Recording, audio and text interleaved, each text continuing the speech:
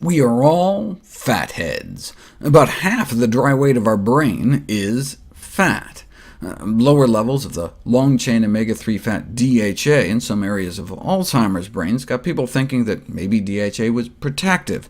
Since the level of DHA in the brain tends to correlate with the level of DHA in the blood, one can do cross-sectional studies of dementia and pre-dementia patients, and they do tend to have lower levels of both long-chain omega-3s, EPA, and DHA circulating in their bloodstream.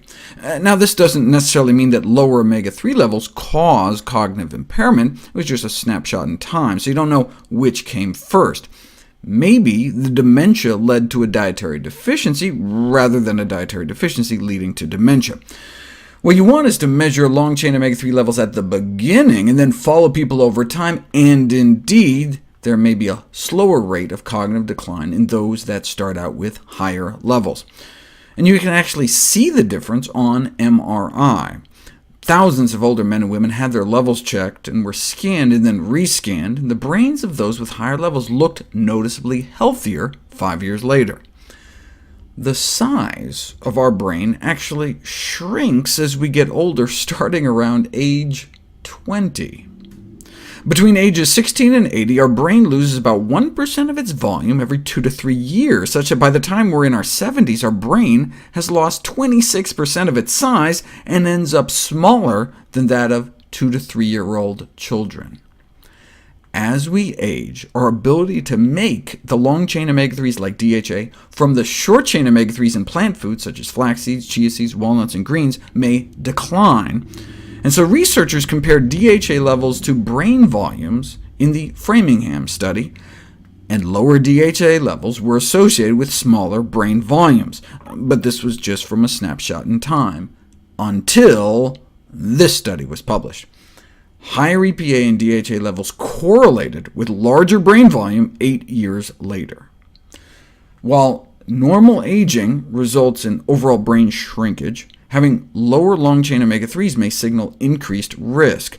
The only thing one would need now to prove cause and effect is a randomized controlled trial showing we can actually slow brain loss by giving people extra long-chain omega-3s, but the trials to date showed no cognitive benefits from supplementation until now.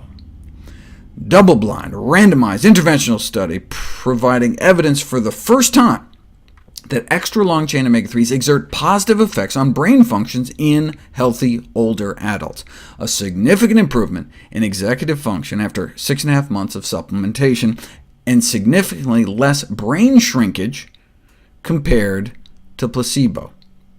This kind of gray matter shrinkage in the placebo might be considered just normal brain aging, but it was significantly slowed in the supplementation group.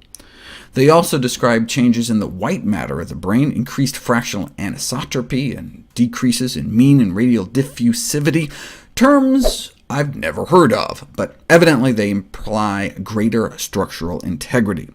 So, having sufficient long-chain omega-3s, EPA and DHA, may be important for preserving brain function and structure. So the next question becomes, what's sufficient, and how do you get there? The Framingham study found what appears to be a threshold value around an omega-3 index of 4.4, which is a measure of our EPA and DHA levels. Having more or much more than 4.4 didn't seem to matter, but having less was associated with accelerated brain loss, equivalent to like an extra 2 years of brain aging. That comes out to be about a teaspoon less brain matter, so it's probably good to have an omega-3 index over 4.4. The problem is that people who don't eat fish may be under 4.4.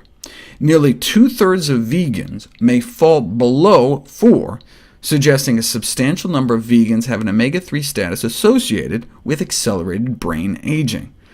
The average American just exceeds the threshold at about 4.5, though if you age and gender match for the vegans, ironically, the omnivores did just as bad. There's not a lot of long chains in Big Macs either.